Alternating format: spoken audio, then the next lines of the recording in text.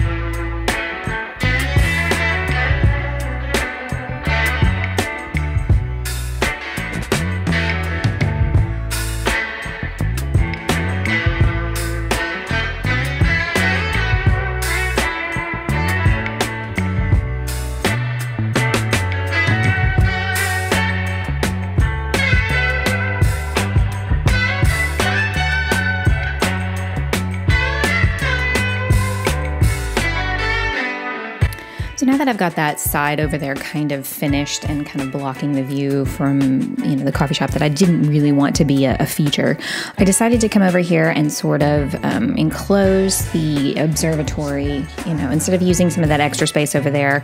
If you, in real life in California, if you go to the Griffith Observatory and you see the Hollywood sign, there is a lot of open and empty space right there around the base of the sign, kind of like this, kind of.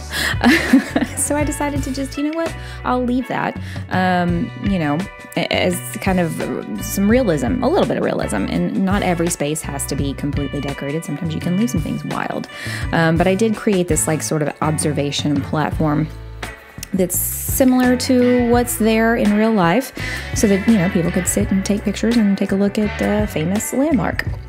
I did not have any reference photos for the back of the observatory, and I was working in a very sort of, as you see, kind of triangular shape area here, and I decided to just sort of use my imagination and create something that I can't exactly remember, having been there a few years ago, what was back behind the front of the building. I know we went back there, but for the life of me, my brain was just not pulling up any references in my mind. And of course, no build video these days is complete without some mowing, right? I don't know what it is about this particular activity in the game, but it's one of those that it's just like, it's a very calming experience. So yeah, I just had to use my imagination with what I did back here because I could not remember, and I didn't take any pictures myself, and it was actually kind of hard to find some from this angle. I do know that there is sort of a very steep drop off behind the observatory after a point. So yeah, this is just sort of, we're taking some creative license and liberties here and making something just, you know, that looks pretty. You know, at any kind of place like this, you'd imagine there's a lot of greenery and, you know, water and different things like that. So that's what I pulled in, and just in keeping with a very simplistic theme. You know, if you look at any pictures of the observatory, it's not very flashy in its decoration. The building itself kind of speaks for itself, the architecture of it, and it is very impressive to see both daytime and at nighttime. So I wanted to keep a minimalist sort of feel and yet still fill in some of these empty areas, because so many of our builds, sometimes we build for a video or on a stream, and I'm guilty sometimes of just, you know, okay, I'm going to leave it and not really doing the rest of it. You know, I did the main idea that I had inspiration for, and then okay, I'll come back later and fill it in. And I'm trying very hard, especially in 2024, to, you know, any projects that I do leave off like that, I definitely want to come back in and complete them.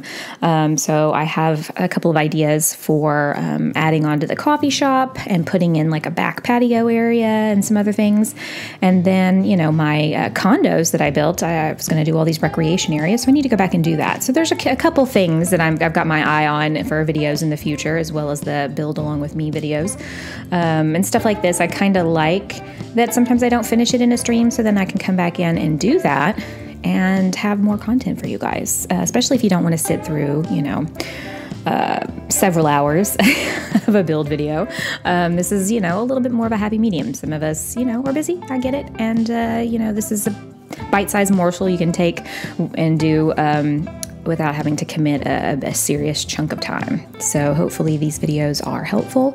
I have kind of taken, see, there we go. I'm kind of, here's a inspiration picture, one of the inspiration pictures that we used, and another one. So yeah, this is just very simple build, not a lot. And when I was copying from a photo, it really does make it so much easier. If I had to think about doing all this myself, it would have taken a little bit more time.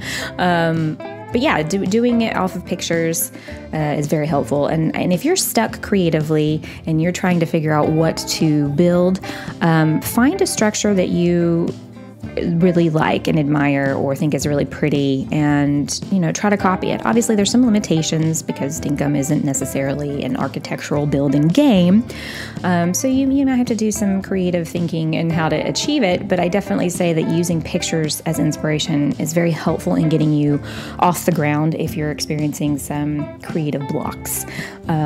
This little monument here in the front, I will tell you, it does not look like the actual example photo, but we did the best we could with what we had in the game, and I think it turned out fairly well, all things considered. Given that, you know, you do what you can to make it look as good as possible. But yeah, I'm really liking how this part of the island is coming together with these different California landmarks that I've been to and vacationed with my family. They hold a special, memories and experiences, and I've enjoyed putting this together. This island is full of a lot of vacation spots. I've noticed. I started thinking about it the other day, and it's like I've got the hotel where I had my honeymoon, and I've got the Grand Canyon, and I've got several California destinations, and I want to put in a replica of the San Antonio Riverwalk. So I think this island can be themed now as my vacation destination island. I didn't have a theme before, but now I'm kind of seeing a trend. Well, anyway, that's going to wrap this one up. I hope you guys enjoyed this little tidbit after the stream. As always, guys, be kind to yourselves, be kind to others. I'll see y'all in the next one. Bye.